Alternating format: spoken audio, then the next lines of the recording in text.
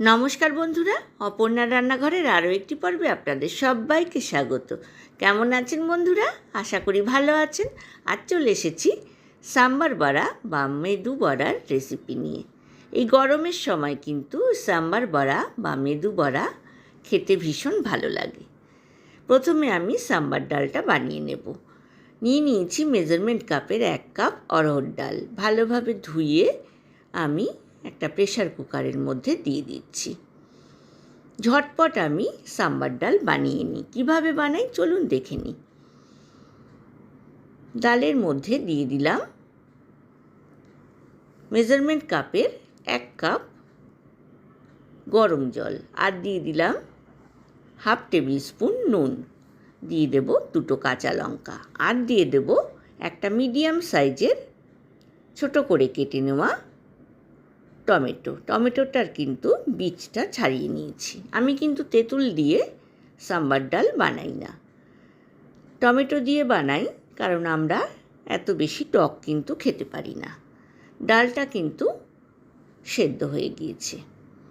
এইবার গ্যাস ওভেনে আমি একটা কড়াই বসিয়ে দিয়েছি। গ্যাসের ফ্লেমটা মিডিয়াম টু হাই রেখেছি। কড়াইতে দিয়ে দিলাম 2 টিস্পুন রিফাইন তেল, দিয়ে দিলাম 1/2 টিস্পুন সর্ষে, কালো সর্ষে, 2টো শুকনো লঙ্কা, আর দিয়ে দেব 2 টেবিল স্পুন কারি পাতা। খুব ভালোভাবে তেলের মধ্যে সর্ষে, শুকনো লঙ্কার কারি পাতাটাকে ভেজে নিয়ে সেদ্ধ ডালটা কড়াইয়ের মধ্যে দিয়ে দিলাম। ঝটপট কিন্তু এই সাম্বার ডাল তৈরি হয়ে যায়, আর সম্পূর্ণ নিরামিষভাবে কিন্তু আমি এই সাম্বার ডাল বানাই। এইবার এর মধ্যে দিয়ে দেব 1/4 টেবিল স্পুন হলুদ গুঁড়ো, আর দিয়ে দেব 1/4 টেবিল স্পুন নুন, আর 1/4 টেবিল স্পুন চিনি। এইবার দিয়ে দেব 1.5 টেবিল স্পুন সাম্বার মশলা। তৈরি হয়ে গেল আমার ঝটপট সাম্বার ডাল।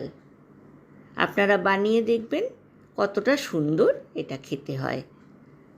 এইবার ঢাকনা দিয়ে আমি রেখে দেব গ্যাসের ফ্লেমটা বন্ধ করে, যাতে কারি পাতার গন্ধটা ভেতরে অ্যাবজর্ব হয়।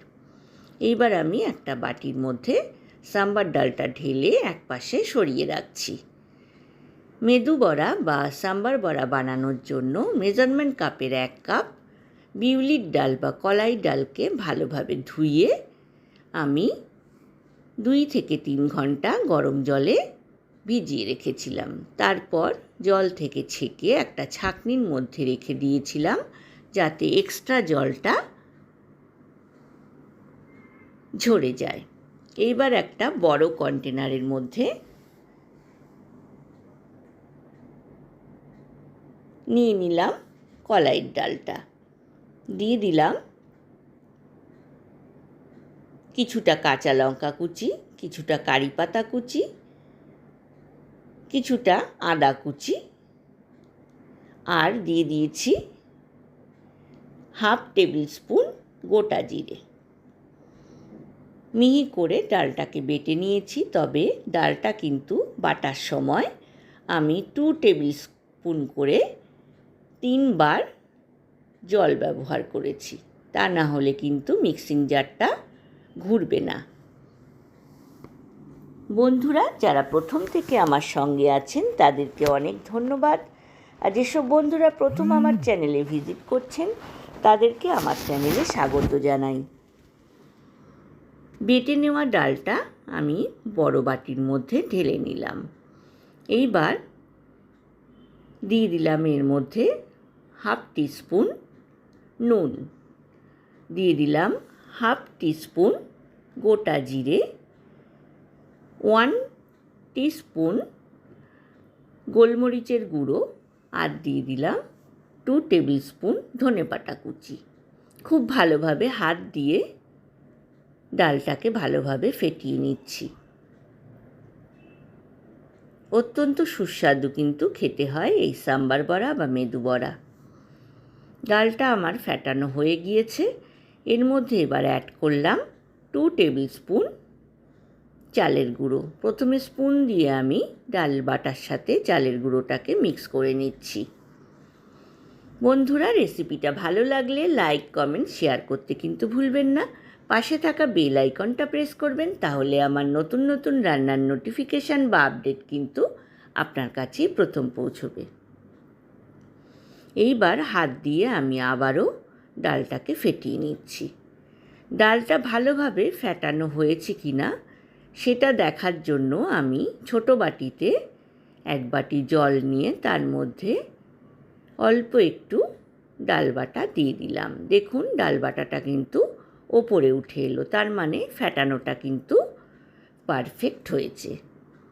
এইবার 2 হাতে আমি জল হাত করে নিলাম। সামান্য একটু ডাল বাটা নিয়ে মাঝখানটা আমি হোল করে নিলাম। 1 হাতে নিয়ে আরেক হাতের আঙুল দিয়ে মাঝখানটা হোল করে কড়াইয়ের তেলের মধ্যে দিয়ে দিলাম। এইবার বলি, কড়াইতে আমি বেশ খানিকটা রিফাইন তেল আগে থেকে হাই ফ্লেমে গরম করে রেখেছিলাম। আমি কিন্তু বড়াগুলো হাই ফ্লেমেই ভাজবো। 2 হাত জল হাত করে সামান্য একটু করে ডাল বাটা নিয়ে 1 হাতের মধ্যে নিয়ে আরেক হাত দিয়ে হোল করে আমি কড়াইয়ের মধ্যে দিয়ে দিচ্ছি। 2 পিঠ বাদামি করে ভেজে তুলে নেব।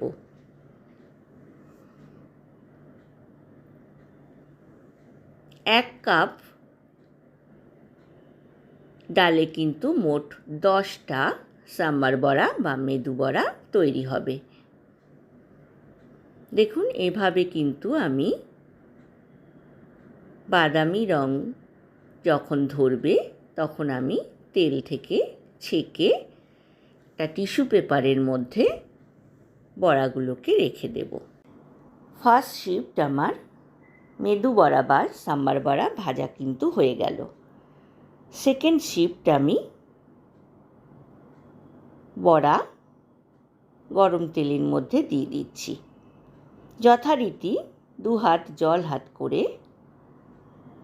সামান্য একটু ডাল বাটা নিয়ে 1 হাতের তালুতে নিয়ে আরেক হাতের আঙুল দিয়ে মাঝখানটা হোল করে তারপর কিন্তু তেলের মধ্যে ছাড়ছি। 2 হাত জল হাত না করলে কিন্তু বড়াগুলো তেলের মধ্যে পড়বে না, হাতে আটকে থাকবে। জল হাত করে নিলে যেহেতু কলাইয়ের ডাল পিচ্ছিল, ঝটপট কিন্তু তেলের মধ্যে পড়ে যাবে। 1 পিঠ আমার ভাজা হয়ে গেল। আমি আরেক পিঠ ভেজে সব বড়াগুলোকে তেল থেকে তুলে টিস্যু পেপারে রেখে দিলাম। গ্যাসের ফ্লেমটা বন্ধ করে দিয়েছি। একটা বড়া দেখুন আমি ভেঙে দেখালাম কতটা ক্রিস্পি, আর ভেতরটা কিন্তু একদম নরম হয়েছে। আমি গরম গরম সাম্বার ডাল, ধনেপাতার চাটনি আর টমেটো সস দিয়ে পরিবেশন করে দিয়েছি বন্ধুরা।